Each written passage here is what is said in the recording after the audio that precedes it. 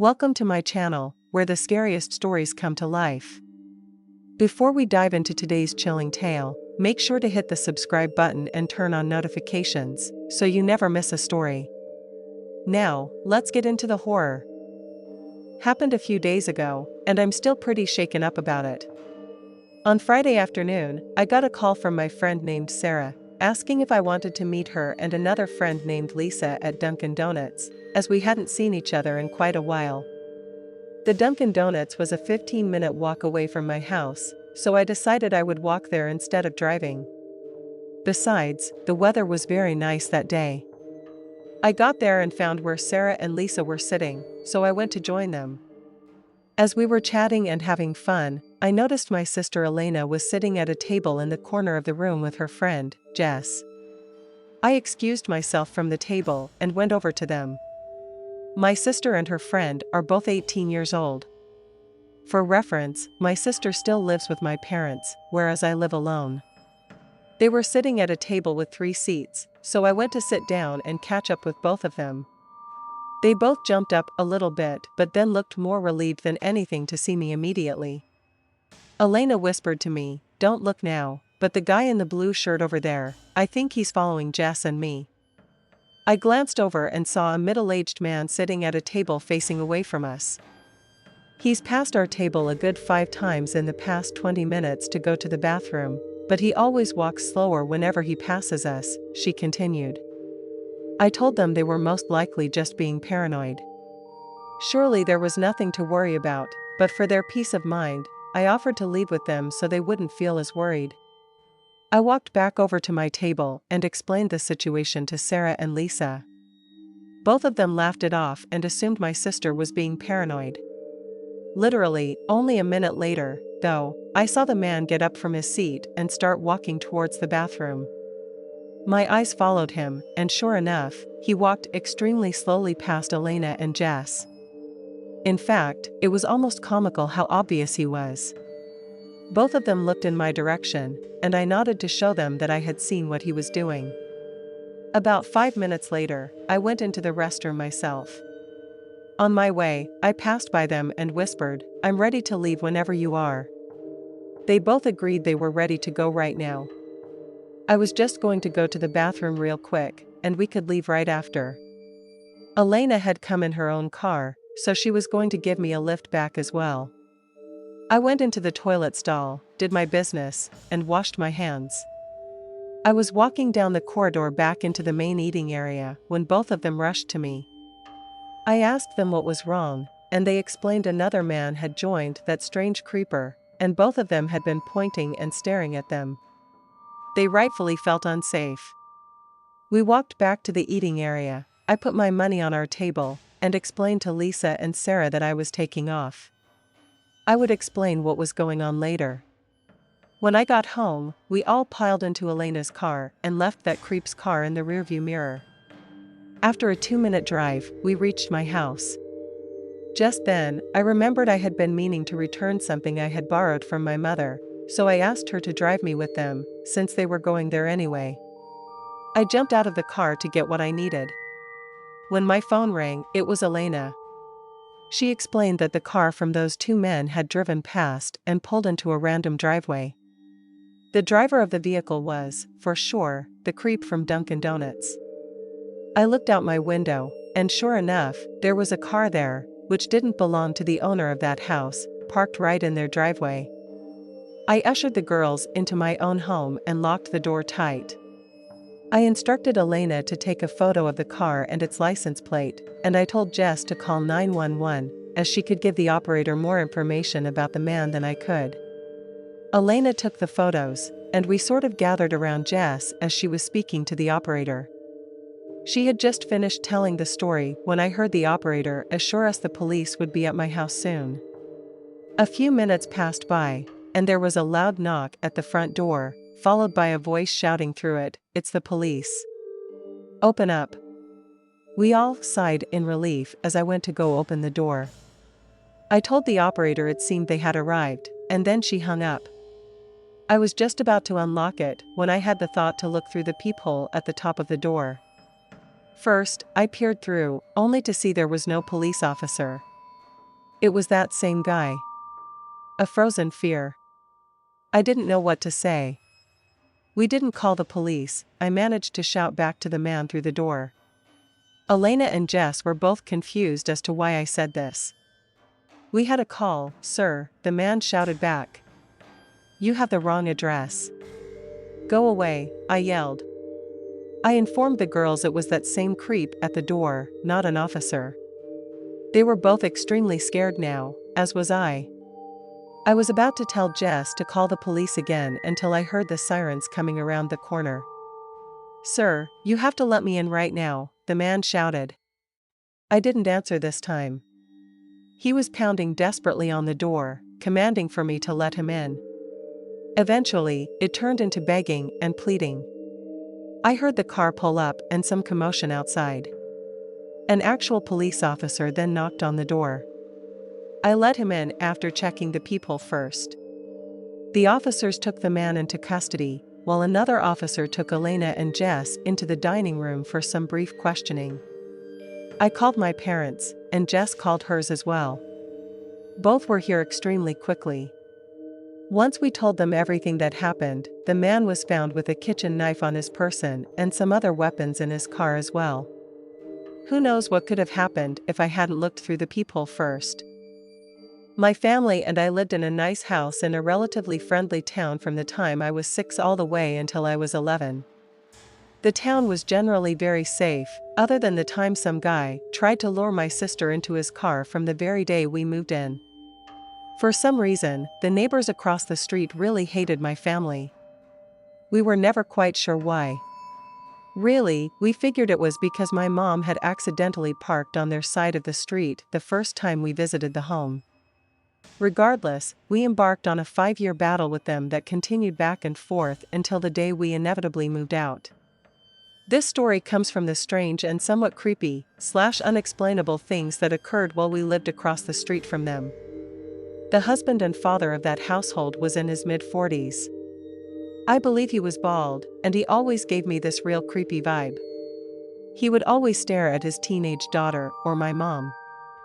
For the sake of the story, we'll call him Joe. Joe's father happened to be very important in the township for some reason I can't really remember. This meant that Joe pretty much thought he ran our street, the neighborhood, and basically anything within a 2-mile radius of his own. He really did whatever he pleased. This included taking my mom's parking spot, cursing and yelling at us, staring at us, and giving us dirty looks as well. He accused us of messing with his things all the time too, but we always just tried to ignore him. Of course, we hadn't touched his vehicle or any of his other stuff, but he seemed willing to do anything to make us move out. About 1.5 years before we eventually did leave that street, things took a turn for our little feud. My mom was the type of person to just brush things off as a joke, so she would constantly make fun of his accusations and petty insults. That was until he installed cameras. He claimed to the cops in our area that the cameras were to prove that we were, in fact, messing with the cars. The only issue with his story was this: the cameras did not face his vehicles or, in fact, any piece of his property. They faced directly at our house, all the way across the street. This meant none of his property was even in frame. To make matters even worse, one of his cameras was pointed directly through my window. I was only 10 at the time, mind you, so from that point on, my mom made me keep my shades down and curtains closed at all times. Other neighbors who had been friends with him in town told us they had gone to his house and seen the video footage in which he seemed to be spying on me. I still get chills just thinking about that. As if those cameras weren't bad enough, though, there were various points in time in which our basement would be broken into, and holes would be drilled into the pipes. We had doors outside that led to our basement stairs, but no matter how much we locked them, the breaking in and drilling never stopped. Eventually, we even had to nail wooden boards to that entrance to seal it up. A few months before we moved, my mom had come home from the store late one night to see someone jumping over the fence that separated our yard from the street. The guy stayed in his car, and instead of driving away, just stared at her through the window. To this day, my mom is convinced all these things were Joe pulling them to get us to leave. Well, sure enough, in the end, they worked. One of the worst decisions I made in my entire life was on the commute to my college. At first, it seemed like a really good idea as I drove 5 miles to the train station to take it into the city. I could do any last-minute studying on the train, which I took much advantage of. Once I got into the city, I just took the bus to school. It sucked, having to get up so early to do all of this, sure, but it was worth it in the end, or at least worth it up until the worst thing happened. My car stopped working. I didn't really know enough about cars to fix it. I also didn't have enough money to take it to a mechanic either. Even worse, I didn't have any family in the area that could loan me money or drive me over to the train. I was also past the point where I could drop any classes. If I didn't find a way to get to school, I would be failing them this semester. After racking my brain about how I was going to get there, I realized I really only had one choice. Now, I would have to get up earlier in the morning and just walk over to the train station. Walking 5 miles was not the biggest deal. I could easily do 7 at the gym on the treadmill, but walking along the side of the road, where people drive, was much harder than walking or running on a treadmill in a gym. It wasn't like in class, where it was just 5 miles one way, it would also be 5 miles home after school. But I didn't really have a choice now, did I? The first few days were not that bad, really, although when I got home at night, my feet were like lead bricks in my shoes. By the time the first week came around, it was beginning to get to be too much. I had one late class on Thursday too, which meant I would be walking 5 miles in complete darkness. At least it would be somewhat easier than walking with the burning sun, I supposed. When I got out of the train that night, I set out to walk home like usual. My feet were already throbbing and aching before I even got out of the parking lot. There weren't many cars on the road, which I actually found to be quite a relief. It was sort of embarrassing to have to be walking home alone like that. After I had gotten about a mile down the road, though, I was feeling pretty terrible.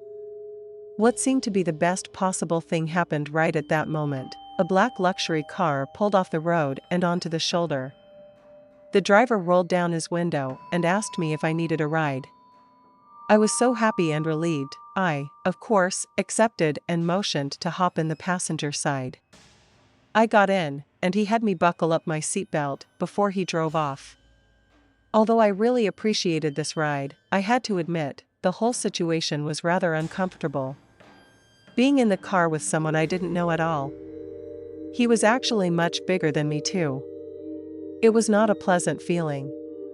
The man asked me where I was going, and when I told him, he nodded. He asked me what I was doing, walking around so late at night in the middle of nowhere. I explained my whole situation to him. He nodded. He knew where we were going and told me he had been in the area for quite a while. After this short talk, the man basically stopped talking to me altogether. He just stared straight ahead and didn't speak another word to me. It was kind of unnerving, actually. I felt like I should try to talk to him at least a little bit, considering he was doing me a really huge favor right now, but it seemed like he didn't want to have anything to do with me. Therefore, I just kept quiet and looked forward the entire rest of the ride as well. Though very short, it was dreadful. It seemed like much longer than a 4-mile drive. I lived down a road with a few other houses on it, and everyone had already gone to bed by the time the car pulled up. I pointed my house out to the man. He drove me to it, but stopped before he got to the driveway. When he pulled over, I was very eager to get out of the car and be on my way. I grabbed my book bag with my right hand and was about to get out when the man finally reacted to me. After I opened the latch, the man, who was absolutely huge, leaned over with his right hand and gripped my wrist tight. He grabbed it so hard it actually started to hurt a lot. I cried out in pain. I looked over to the man, who I now saw had a completely crazed look in his eye. I asked him to please let go of me, and he just began to laugh at me. I struggled against him, and he held me very firmly in place. I was freaked out. Now I wasn't sure what to do in this situation. "Please stop it," I asked the man. "The ride wasn't free, you know," was all the man said. To my horror, while he still held my wrist firmly, probably giving me bruises, he did something even more terrifying. He reached down with his left hand and slowly undid his fly. My eyes grew as large as plates while I watched the guy reach into his pants. I yelled at him to stop and tried to tell him I wasn't gay, not that it mattered at all. I also tried yelling for help, but the houses on my street were so spread apart, it was unlikely anyone would come to my aid. With strength much greater than mine, the man started moving my hand closer to him. I kept on trying to pull away, using every bit of strength I had. It was really starting to hurt now, with how firmly he was holding me. I dreaded the idea of even having to touch this guy, but not knowing what else to do, I did the only thing I could think of. I was still trying to pull away, but part of the strength was used to keep trying to move my wrist down as well. In a flash, I shifted my force downward, along with the force he was already using to move my hand. It ended up with him slamming his own fist right into his groin so hard that he yelled and let go of my arm. I was pleased. Thankfully, I hadn't had to come into any kind of contact with him. I immediately grabbed my things and jumped out of the door, making a mad sprint to my house. As I tried to grab my keys out, I looked behind me. I saw the man struggling to get out of the car as well. Fortunately, I was able to get my keys out and get in the house before the man could get to me. I grabbed my phone and screamed that I was calling the police. He hopped in his car and took off like a bat out of hell. I breathed about 20 sighs of relief in that moment. The following day, I put up an ad on a school bulletin board, advertising for a rideshare on the way home. I found one so quickly, in fact, that I kicked myself for being stupid and not having simply done that before. Thanks for sticking around till the end. If you enjoyed the story, don't forget to give the video a like and leave a comment with your thoughts. And if you haven't already, hit that subscribe button and turn on notifications so you never miss a terrifying tale. See you in the next one.